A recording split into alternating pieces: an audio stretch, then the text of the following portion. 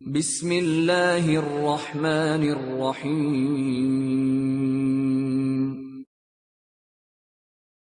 Para jamaah dirahmati Allah SWT, kita akan lanjutkan kajian kita yang terkait dengan masalah yaitu tafsir surat Al-Mu'minun, yaitu ayat yang kita bahas hari ini, yaitu ayat yang kelima. Orang-orang yang senantiasa menjaga kemaluannya. Mereka orang-orang yang senantiasa terjaga dari perbuatan fahisyah, perzinahan, perbuatan mesum, atau perbuatan-perbuatan tercela yang lainnya. Maka orang-orang yang senantiasa menjaga kehormatannya, menjaga kemaluannya, insyaallah mereka akan dijanjikan mendapatkan surga Firdaus berdasarkan ayat ini. Illa ala azwaji aw ma malakat aymanuhum fa innahu ghairul malum. Faman yataba wara'a dzalika fa ulaika hum adun.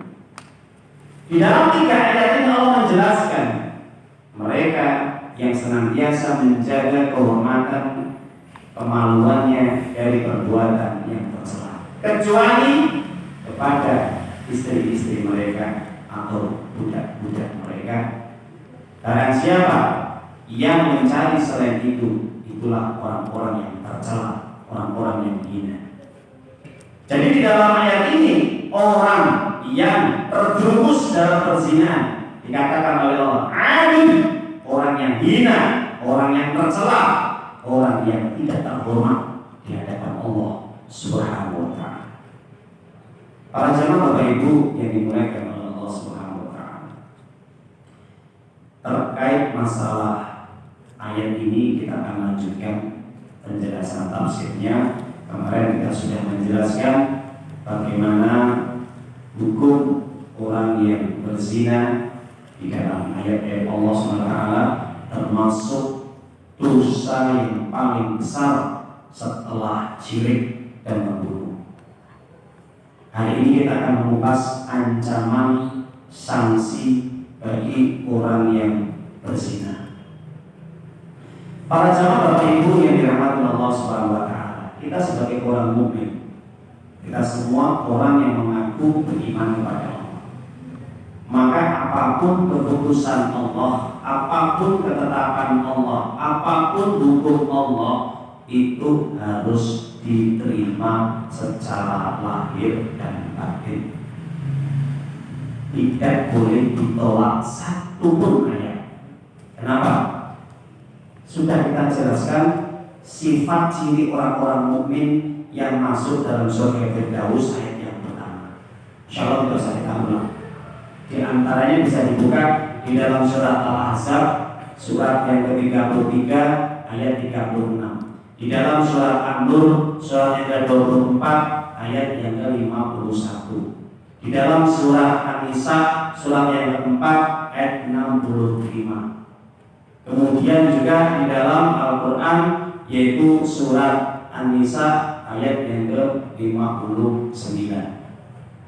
Dan juga di dalam surat Ali Imran surat yang ketiga ayat yang ke-31.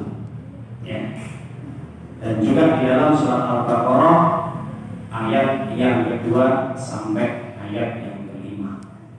Jadi masih banyak ayatnya. Itu sifat orang mukmin. Juga di dalam surat At-Taubah surat yang ke-9 ayat yang ke-112. Tidak usah kita ulang. Yang penting prinsipnya kita akan kembali kepada kajian kita ini. Di dalam penjelasan Al-Quran surat An-Nur surat yang ke-24 ayat yang kedua, sanksi bagi orang yang berzina, laki-laki dan perempuan yang mereka belum menikah, ghairu muhsan. Bahasanya ghairu muhsan. Muhsan ini ya isim maf'ul, atau kalau dikatakan ini sebagai maf'ul, orang yang melakukan, ya, orang yang terhindar dari perbuatan zina, ya, atau orang yang dimana dia sudah menikah. Nah, baru muhson atau orang yang dimana itu dia belum menikah, belum berhubungan jima antara istri dan suaminya. Ini kalau dia berzina, maka menurut ayat Allah itu dicambuk, dijilid 100 kali. Allah SWT mengatakan az-zaniyatu waz-zani fasidu kulla wahidin minhuma jadah. Laki-laki dan wanita yang dia berzina belum menikah dicambuk kedua-duanya 100 kali. Wala takhudkum, ya, wala takhudkum rafatun fi dinillahi kuntum tu'minuna bil yawmil akhir. Janganlah perbuatan yang mereka lakukan ketika dihukum sama Allah membuat kalian tidak melaksanakan hukuman Allah karena kalian merasa kasihan. Kalau kalian benar-benar mengaku beriman kepada Allah dan Rasul, jalankan hukuman Allah itu, jalankan, tegakkan. Ini perintah. Kalau mengaku beriman, ya, jalankan hukuman Allah bagi mereka laki-laki, perempuan yang berzina sebelum mereka nikah, cambuk 100 kali. Bukan hanya itu, kata Allah, apa? Faliyashhad adaahuma qa'ifatun minal mu'minin. Hendaknya orang-orang beriman menyaksikan, melihat hukuman kedua orang yang telah melakukan perzinahan tadi dengan di hadapan orang banyak, disaksikan orang banyak. Jadi para ulama menjelaskan tidak ada hukuman sanksi bagi para pezina yang lebih buruk kecuali di dalam ayat ini, di antara hukuman-hukuman yang lain. Orang mencuri, orang korupsi, dipotong tangannya, itu boleh tidak disaksikan orang banyak. Orang membunuh boleh juga tidak disaksikan orang banyak. Tergantung keputusan dari hakim pengadilan Islam atau dari pihak yang mungkin korban tadi. Jadi tidak dipertontonkan, tidak masalah, boleh. Tapi menurut ayat Allah, bagi mereka yang berbuat zina itu hukumannya dicambuk di hadapan orang banyak, dipertontonkan. Faliyashhad, ya, ada bahwa para minal mu'minin. Perhatikan ayat yang terakhir, Allah mengatakan hendaknya orang-orang beriman sebagai mereka itu menyaksikan, ya, hukuman orang yang telah berzina laki-laki dan perempuan tadi. Cambuk berapa? 100 kali. Ini yang berbicara siapa? Allah. Yang membuat hukum, yang menetapkan hukum bagi mereka yang melanggar aturan Allah. Jadi kalau orang mukmin mengaku beriman, mereka akan menjalankan ayat ini. Ustaz, ayat ini berlaku nggak di mana atau di daerah mana? Berlaku sepanjang zaman di setiap wilayah manapun. Ya, itu harus ditegakkan. Berlaku nggak bagi orang-orang selain mukmin? Berlaku. Meskipun kalimat ini redaksinya kepada orang mukmin, bagi orang tidak mukmin tetap mereka ditegakkan. Sebagaimana kasusnya ketika pada zaman Nabi ada orang Yahudi, laki-laki dan perempuan, mereka ini sudah nikah.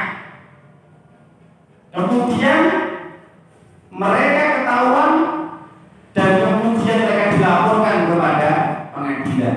Saat itu pengadilan itu yang pegang orang-orang Yahudi, tokoh-tokoh Yahudi, ulama-ulama Yahudi.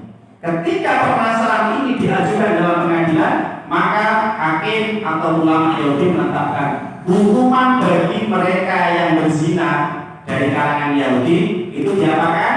Diarak keliling.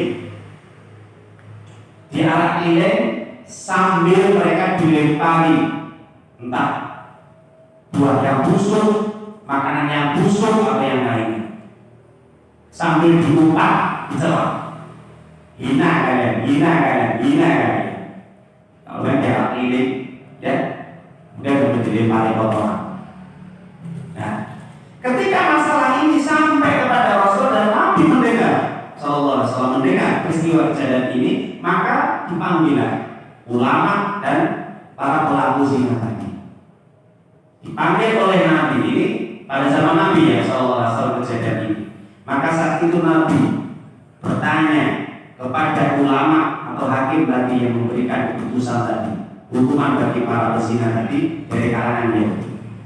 Apakah benar di dalam kitab Taurat bahwa orang yang melakukan perzinahan baik laki-laki maupun perempuan yang dia berzina itu seperti ini hukumannya?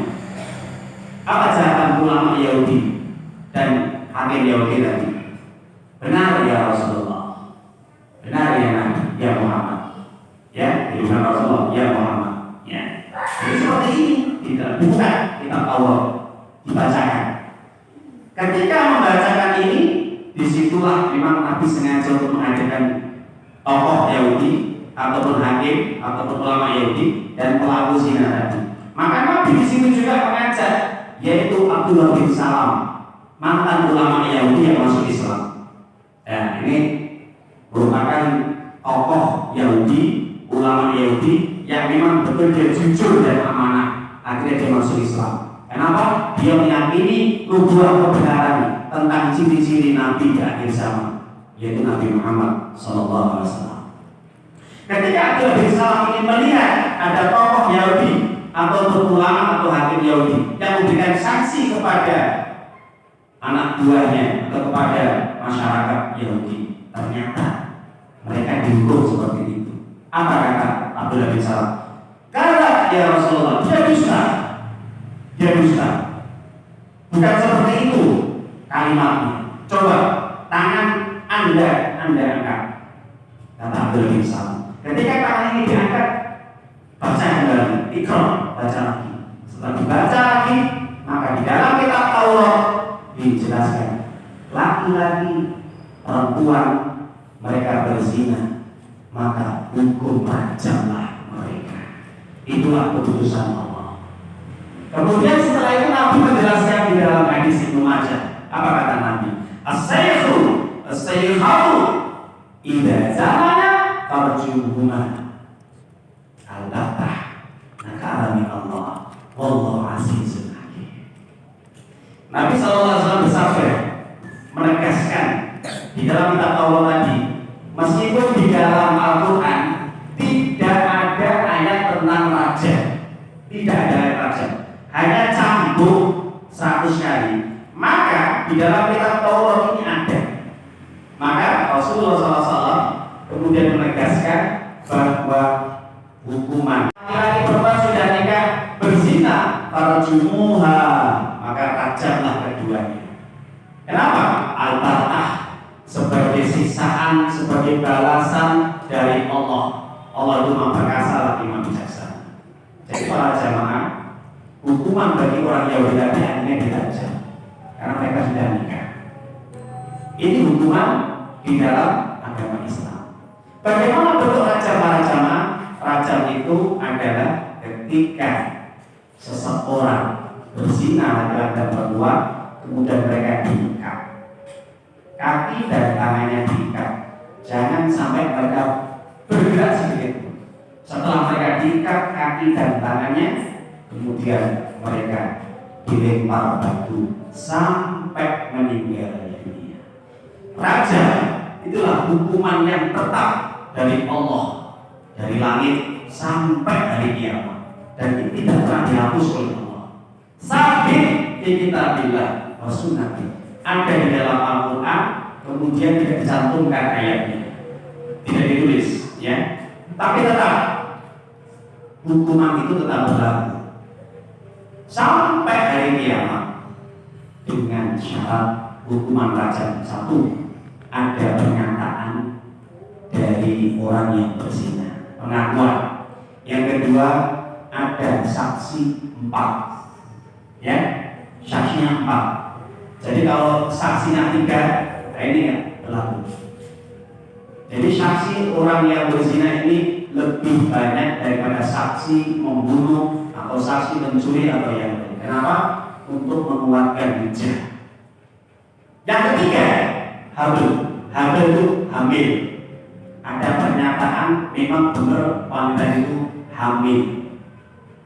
Nah, itu kalau memang syarat-syarat tadi terpenuhi. Ada pernyataan dari yang berzina, kemudian ada saksi 4, ya. Dalilnya mana Ustaz? Bisa dibuka di dalam surat An-Nur ayat yang keempat. Nanti bisa selanjutnya dibuka. Tidak saya bahas di sini. Ya. Kemudian yang ketiga adalah hamil, betul-betul hamil. Apakah ada dalilnya Ustaz? Ada. Pada zaman Nabi ada seorang wanita datang kepada Nabi. Ya Rasulullah, resmi hukum raja begini. Berilah hukuman dari perintah Allah. Kenapa? Kamu ngapain kita hukuman? Saya berzina. Terpaling. Tidak, pulang aja dulu. Kalau kamu betul-betul zina, tunggu sampai kamu. Maka hamil perempuan tadi. Datang kepada Nabi. Saya hamil ya Rasul. Hukum saya. Pulang sampai kamu lahirkan. Nanti datang lagi ke saya. Kemudian pulang, ditunggu sampai 9 bulan melahirkan, datang kepada Nabi. Ya Rasul, hukum saya. Biar saya ini tidak banyak dosa di hadapan Allah nanti. Karena setelah berzina, ya, ambil intinya anak saya. Bagaimana Rasulullah? Rasul mengatakan, kamu pulang susui anak kamu selama 2 tahun. Pulang, ya, pulang. 2 tahun berjalan disusui, datang kepada dia. Ya Rasulullah, saya sudah menyusui anak saya. Hukumlah saya dengan hukuman Allah agar saya nanti suci di hadapan Allah, tidak banyak dosa. Maka Rasulullah SAW ambil anak itu para sahabat, ya, kamu pelihara dulu, ya, kamu jadikan dia sebagai anak kamu. Wahai para sahabat, bawa perempuan ini, ikat dia, kemudian lempar batu sampai meninggal dunia. Para Jumat. Hadis Imam Bukhari. Para jamaah Bapak Ibu dirahmati Allah SWT. Begitulah hukuman sanksi bagi mereka yang melakukan perzinahan. Maka sebelum saya tutup, para jamaah yang dimuliakan oleh Allah SWT, maka di sini saya akan menjelaskan apa yang telah disampaikan oleh Nabi.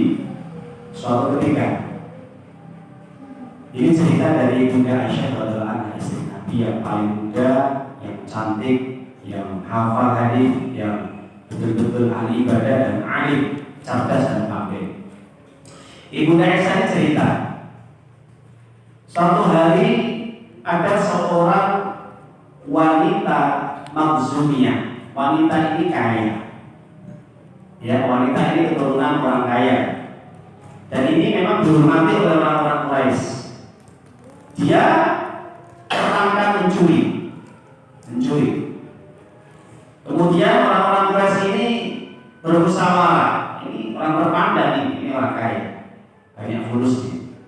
Ya. Nah, ini harus perlu disampaikan kepada Nabi dengan catatan mudah-mudahan Nabi nanti memberikan keringanan atas perbuatan wanita maksudnya. Kira-kira siapa yang menjadi delegasi? Ya, delegasi itu sebagai wakil yang menyampaikan persoalan ini. Maka mereka berunding orang Quraisy tadi ada. Siapa? Yaitu Usama bin Zaid, anak angkat Nabi yang dulunya budak. Usama bin Zaid radhiyallahu anhu ini kemudian dipanggil dan kemudian dikasih permasalahan ini, urusan ini disampaikan kepada Nabi.